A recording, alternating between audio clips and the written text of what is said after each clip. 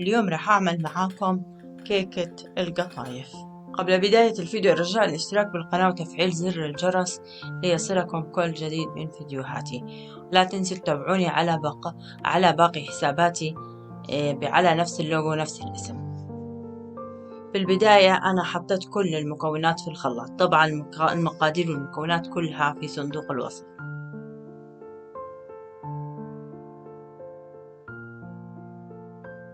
بعد ما حطيت كل المقادير والمكونات في الخلاط راح أخفقهم حتى يتكون عندي خليط سائل قليل.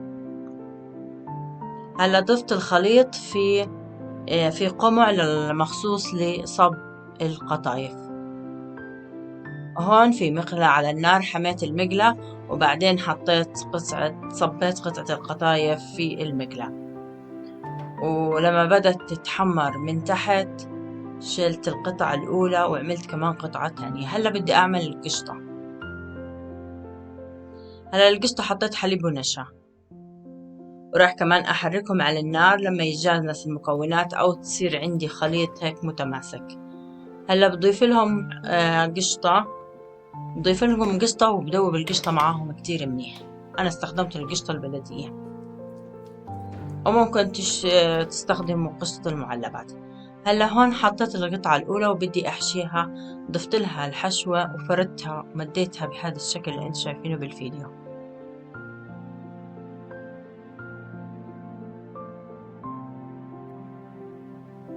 بعدين بعد ما مديت الحشوة هلا بدي أضيف قطعة القطايف الثانية،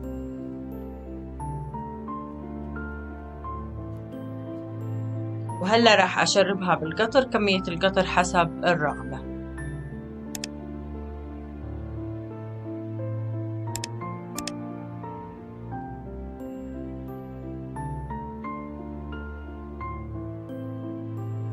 بعد ما شربناها بالقطر بدنا نزينها بالفستق والورد، نقطعها وتطلع عنا أزكى كيكة قطايف. عن جد لازم تجربوها، الطعم خرافي.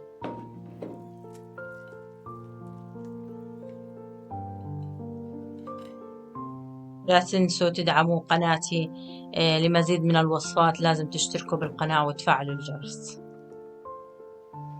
حضروا كوب القهوة أو فنجان القهوة العربية أو التركية زي ما بتحبوا، وكلوا هالقطعة وادعولي.